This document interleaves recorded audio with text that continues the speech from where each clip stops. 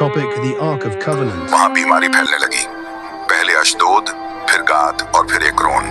हर जगह बदलने पर लोगों की परेशानी और बढ़ती गई। तब फिलिस्तियों को समझ आ गया कि ये चीज उनके काबू में नहीं है, इसलिए उन्होंने तय किया कि संदूक वापस भेज दिया जाए। लेकिन वो अभी भी एक निशान चाहते थे, ताकि पूरा यकीन हो जाए कि जो परेशानी उन पर आई है वो सच में प्रभु की तरफ से ही है। उन्होंने संदूक को एक गाड़ी पर रखा जिसे ऐसी गायें खींच रही थीं जिन्होंने कभी पहले गाड़ी नहीं खींची थी। उन्होंने सोचा, अगर वो गायें सीधे इजराइल की तरफ चलीं, तो ये सबूत होगा कि ये काम परमेश्वर ही कर रहे हैं। और बिल्कुल वैसा ही हुआ।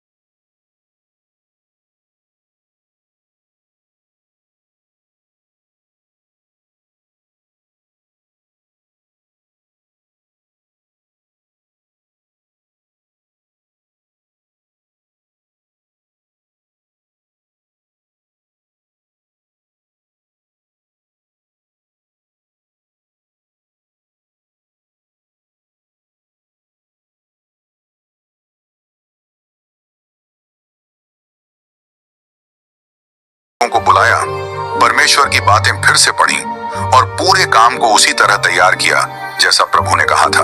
आखिरकार जब संदूक शहर में पहुंचा तो हर तरफ खुशी फैल गई। दाऊद प्रभु के सामने नाच उठा और लोग भी खुशी में उसके साथ शामिल हो गए। संदूक को एक नया ठिकाना मिला और अब इजराइल ये समझने लगा कि इसे संभालना कितनी बड़ी जिम्मेदारी है। लेकिन एक और बड़ा काम अभी बाकी था। अब तक संदूक तंबुओं में रखा जाता था और जरूरत पड़ने पर इधर उधर ले जाया जाता था।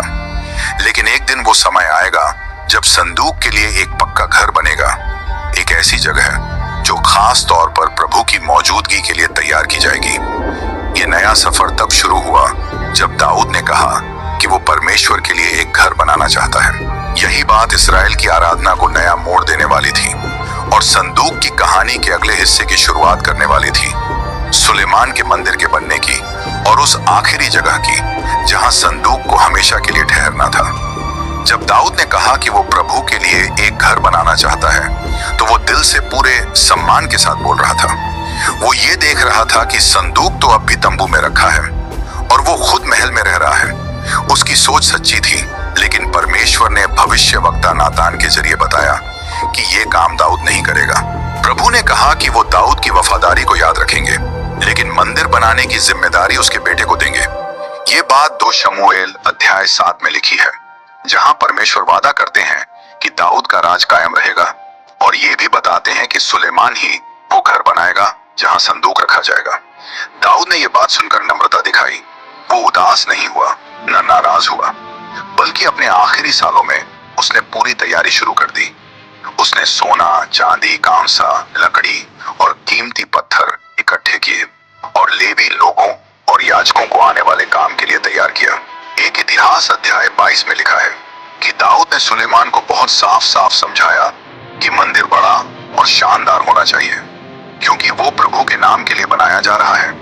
दाऊद ने खुद दीवारें नहीं बनाई, लेकिन उसने पूरा आधार तैयार कर दिया, दिल से भी और सामान करके भी, ताकि उसका बेटा आगे काम बढ़ा सके। जब सुलेमान राजा बना तो उसके पास सिर्फ एक काम नहीं था, बल्कि एक बड़ी जिम्मेदारी थी जो आगे आने वाली पीढ़ियों को याद रहने वाली थी। मंदिर सिर्फ इंसानों की बनाई एक इमारत नहीं थी, वो परमेश्वर और लोगों के बीच के रिश्ते का निशान था। 1 राजा अध्याय 5 में लिखा है कि सुलेमान ने सबसे अच्छे सामान और सबसे अच्छे कारीगर जुटाने के लिए तैयारी शुरू की। हजारों मजदूर बारी बारी से काम करते थे, देवदार के पेड़ काटते, पत्थर तराशते और पूरे सामान को यरूशलेम तक पहुंचाते थे। पूरा काम बहुत ध्यान से आगे बढ़ रहा था, क्योंकि शुरू से ही यह काम परमेश्वर के लिए किया जा रहा था। मंदिर बनने में पूरे 7 साल लग गए। हर छोटी छोटी बात पर ध्यान दिया गया, नाप से लेकर अंदर की सजावट तक। बगल में कमरे बने, ऊंचे ऊंचे खंभे खड़े किए गए, दीवारों पर सोना चढ़ाया गया और हर जगह सुंदर नक्काशी की गई। कुछ भी ज्यादा नहीं था, कुछ भी बेकार नहीं था। सब कुछ सम्मान दिखाने के लिए था। मंदिर ये बताता था